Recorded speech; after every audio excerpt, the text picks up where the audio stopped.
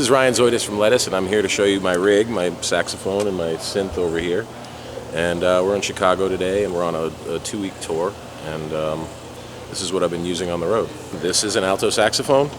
It's a Yamaha custom YAS 875, which was made in, I think, 1989.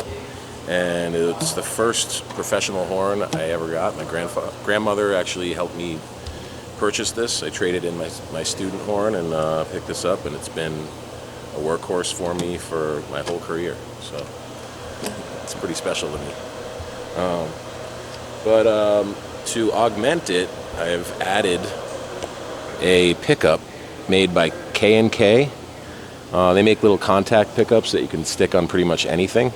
And I troubleshooted with pickups for a while. I had something drilled into my neck. There's pickups you can get drilled into your mouthpiece. There's little microphones that you can get that stick inside the neck. But for me, this has worked the best. And it's basically just a little contact pickup, this round piece. And there's some putty in there, some 3M poster putty that you put up posters on the wall with. And I figured out that I needed to use that to dampen the vibration between the pickup and the reed. It created a lot of noise. And then on top of that, I added the electrical tape, which does, restrict the vibration of the reed, and I lose a little bit of resonance with the horn acoustically, but I gain a lot in being able to play this synth and anything. Once the pickup for a saxophone or any wind instrument on a loud stage is frees you up to use any effects you want. You could have a wall of Marshalls behind you with the craziest distortion, and it wouldn't feed back. So this is great because I get to play the saxophone on the mic clean.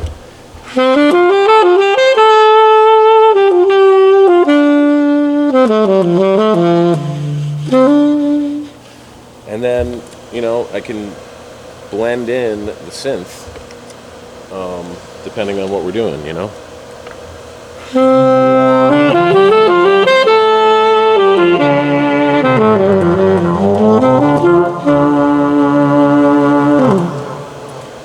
So, as you can see, this tracks the intonation of the saxophone perfectly. And having the pickup on the reed allows all the nuances and imperfections with the intonation of the saxophone to be, brought into the synth and converted to a synth sound. The thing that's actually doing that is one little section of this Korg X911 guitar synthesizer that I use.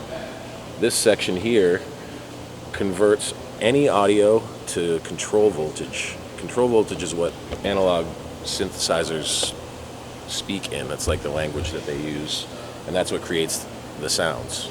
So there's nothing digital in the signal chain in this pedal here. This is all analog. It's very similar to like a monophonic synth, like a Korg MS-20 or a Moog in the circuitry. It's got oscillators and filters and portamento, and so this is so versatile with the...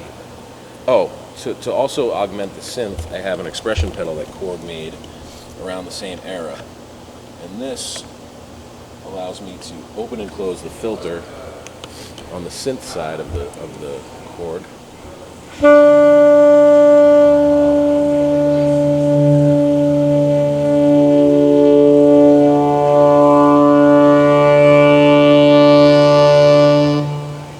So that went from all the way closed to all the way open.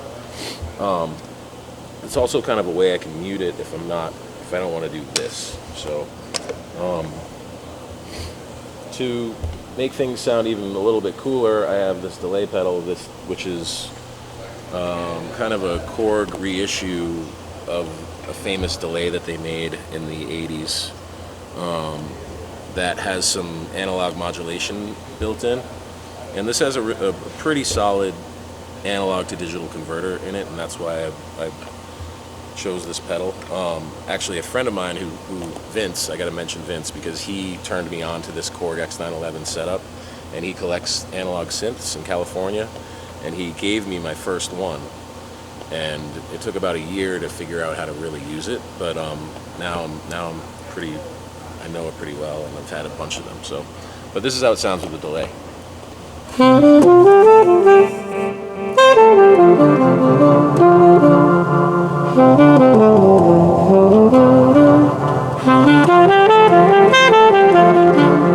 So that's a low octave. I can go up high too, check it out.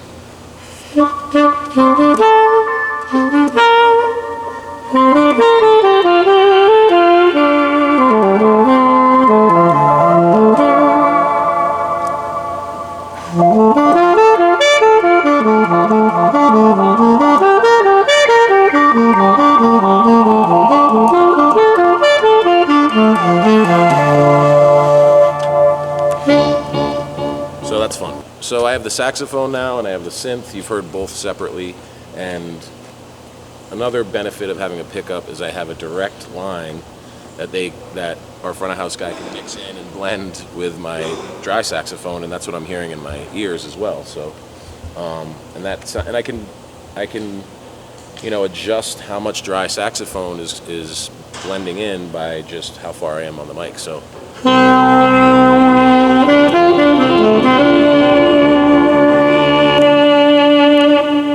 now I'll show you what it sounds like to blend the two together.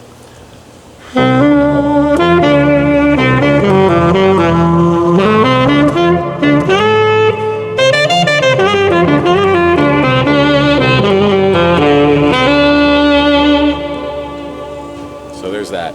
And that was a particular setting on the synth. If you come over here, I'll show you. On this, so this is the section that I can control the filter with the pedal, right? So right now I'm on this distortion setting, which is an overdriven signal of just the saxophone being filtered by this filter. And I can choose the different shapes that it's filtering, basically. I'll show you this. These are basically different ranges of the filter, and I'll go through all of them right now for you.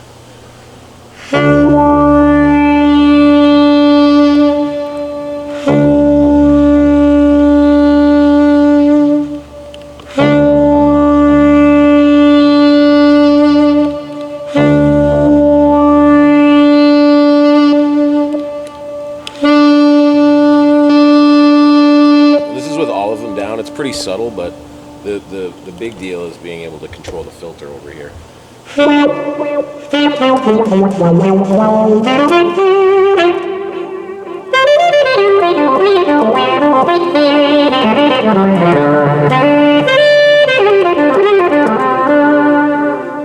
that's basically just filtered saxophone, and I can play the two of those together too.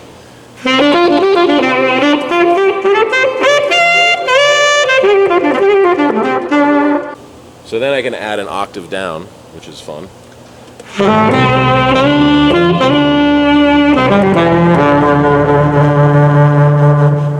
So that's just the filtered, distorted sax, and then the tuba sound basically, and an electric bass sound. That's just, and I can blend.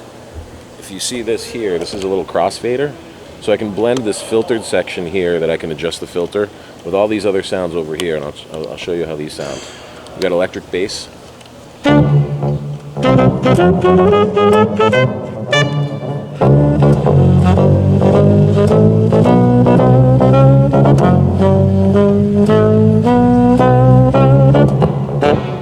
that's cool. And then I got the tuba sound.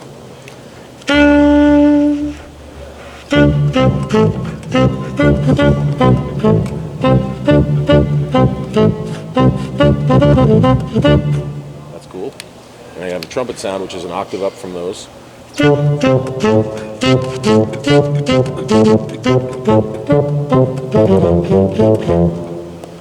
Distorted guitar.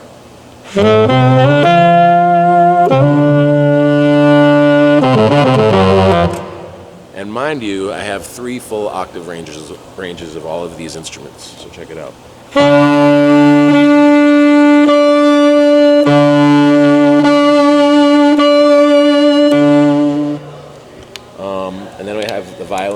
really cool because it has an adjustable attack on it. So if I play this, start this note here,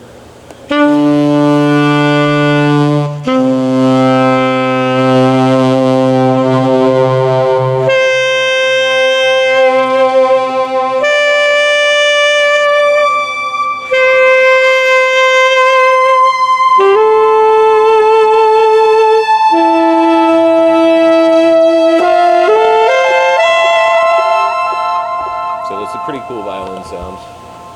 And then I have the flute, which is another octave up, which sounds pretty cool.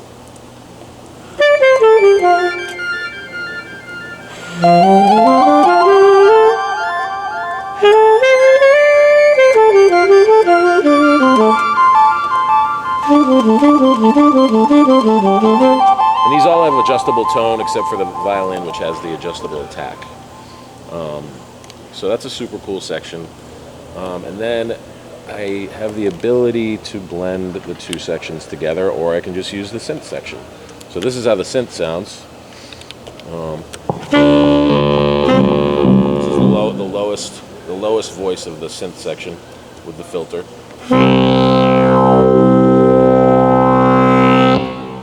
Awesome.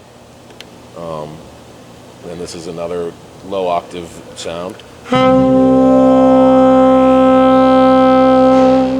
Like a little less bright. Two together. Octave up. Top octave. Three full octave ranges of that. This whole octave switch controls the whole thing, so that's cool. I also have an interval knob, which allows me to do this.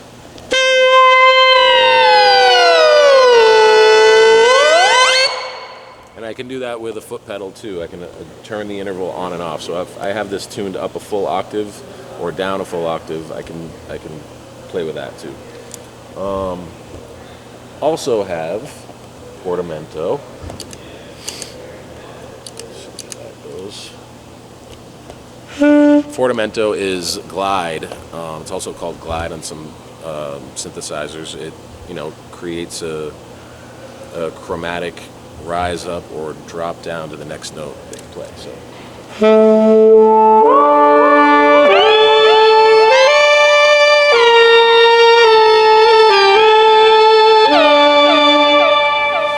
On one of our records, I played a line with this sound, this song called Trilogy, and it goes like this. And as soon as I figured how to do this, I was just crazed about it, so I came up with this.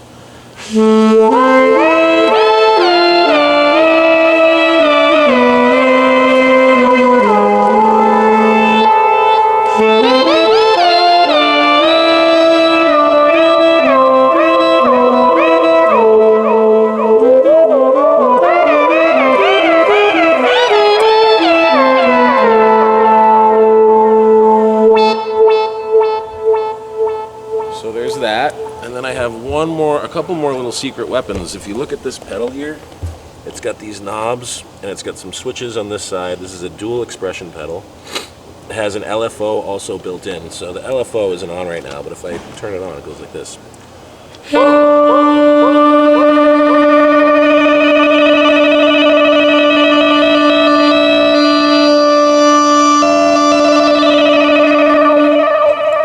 So I have a couple different LFOs. I'll show them to you right now. Check it out.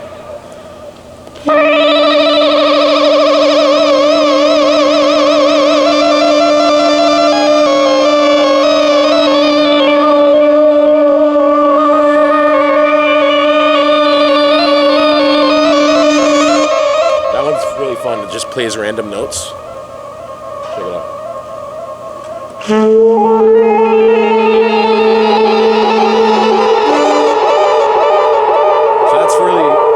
Useful for getting really deep and psychedelic if the situation calls for it. And then I also can bend.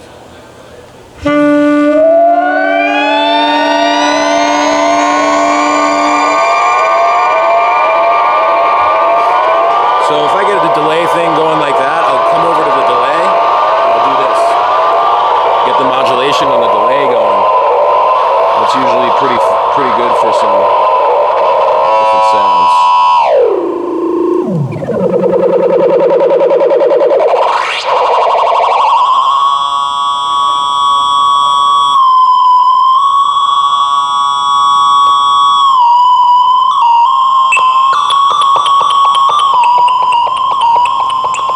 going to happen when you start playing with those knobs.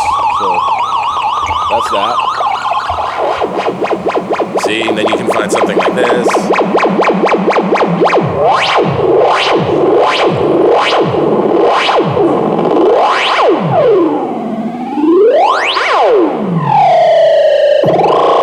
See, the beauty of this rig is that I don't even know how I got there, but I got there, and it might happen, it might not, but when it does, it's special. So this rig has changed my life and really made playing music even more enjoyable than even I knew it could be. So, you know, playing saxophone is great. It just has its limitations texturally and sonically, you know. So this gives me the ability to be really creative, and I can play under. I can be under some instruments and not be in the way. I can be really ethereal. I can play low bass. I can play some just floating high notes. Out of the delay, I go to this MXR reverb, which MXR was kind enough to give us. And this is just a pretty basic delay. I have it on the plate setting, and I generally keep the knobs in the middle. Every once in a while, I'll get really crazy and crank some things up.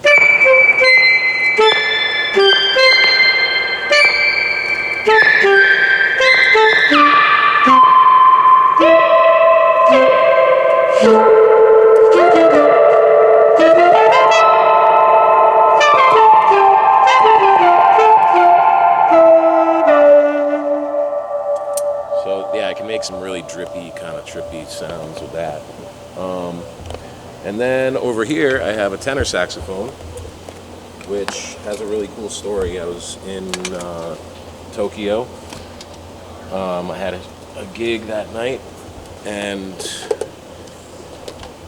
after the gig, the first night, we were playing at this venue for 2 nights, and they were supposed to film on the second night. And after the first night, my horn that I had at the time fell off a table, and the neck bent and the body bent, and had a bunch of stuff wrong with it. So I had been going to this saxophone shop in Tokyo called Ishimori for work, and just it's really one of the coolest saxophone shops in the world. And I was like, "Can you fix this before the gig tonight?" And he was like, "I don't know, it's going to take a while." Probably not, but we can lend you a horn. And I just happened to make 6 prototypes of these horns that I'm about to start building and producing. So I went in a room and I played 6 horns for like 3 or 4 hours, and really loved this one. And he took it out of the case that it came in, or that he had it in at the time, and he brought this beautiful hard leather contoured case, and got the horn all adjusted and ready, and he put it in there, and I was like wondering what he was doing, and he was like, "Here, this is yours." He gave it to me, like, "Here you go." And I walked out of the store with a brand new horn for free, and I couldn't tell anybody because nobody could speak English, and I couldn't speak Japanese well enough to tell anybody. So yeah, I made it back to the club, and I had a whole new horn, and then his staff and him brought my horn that had broken and fully repaired in perfect condition, and brought it back and came to the show that night. It was amazing. So this horn is really special to me. It's a woodstone horn made by Ishimori in Tokyo, and it has no serial number, and I love this horn. This thing is amazing. See how it sounds with a dry reed.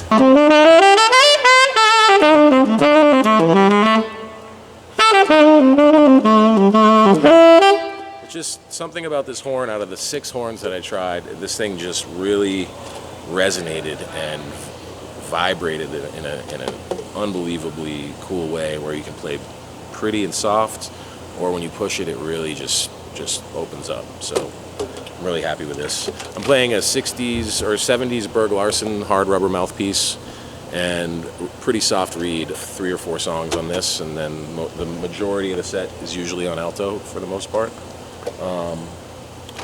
Yeah, it varies, but sometimes I'll play a little more tenor depending on what kind of set we're doing.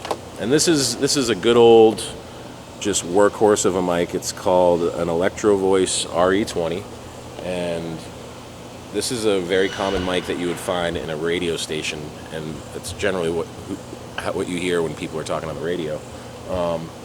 It's a pretty flat mic. I don't know. I've just always enjoyed them more than most mics. But in general, I'll ask for an RE20 or a good old Shure SM57 if if we're not with our own gear and stuff.